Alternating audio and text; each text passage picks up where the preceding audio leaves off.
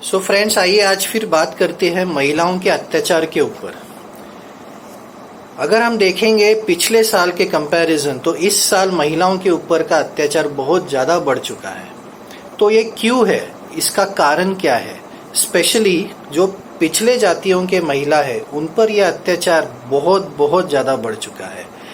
SC और ST को अगर हम देखेंगे, ट्राइबल्स देखेंगे तो उनके ऊपर बहुत ज़्यादा अत्याचार है।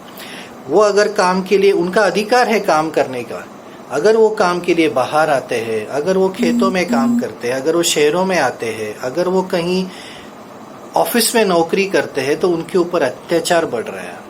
खेतों में गए तो अत्याचार, ऑफिस में आए तो अत्याचार। अभी अभी हम देखा कि आज का ही एक लाइव एग्जाम्पल है कि कोई एक लड़की अपने प्रोफेसर के ऊपर आरोप करती है और वो प्रूव भी होता है वो आरोप कि वो प्रोफेसर उनके मार्क्स बढ़ाने के लिए या उनको हायर एजुकेशन देने के लिए उनके लिए बोलता है कि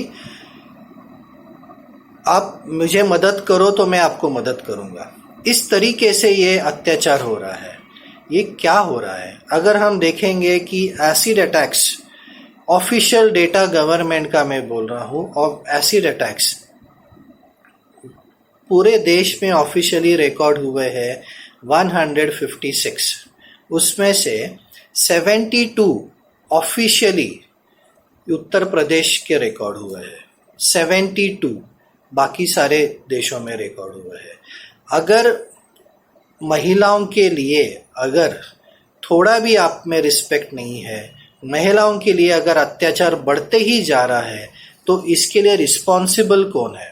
इसके लिए रिस्पॉन्सिबल सिर्फ और सिर्फ प्रशासन है, क्योंकि प्रशासन इस बात को या इस अत्याचार को रोक नहीं पा रहा है।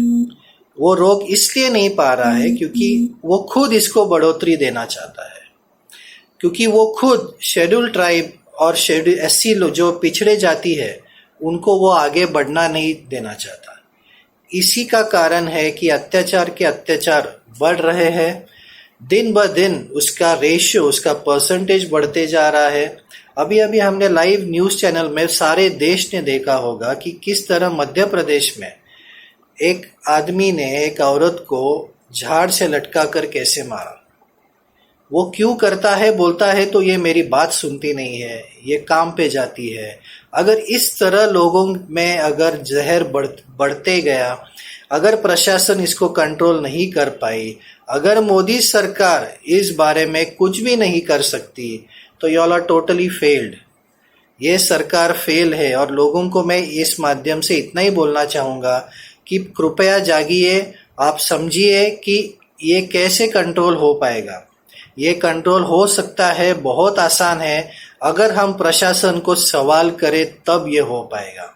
अगर हम इसी प्रशासन को चुन के देंगे तो ये अत्याचार और बढ़ते ही जाएंगे, क्योंकि ये अत्याचार बढ़ने का कारण एक ही है, फेल प्रशासन, और कुछ भी नहीं।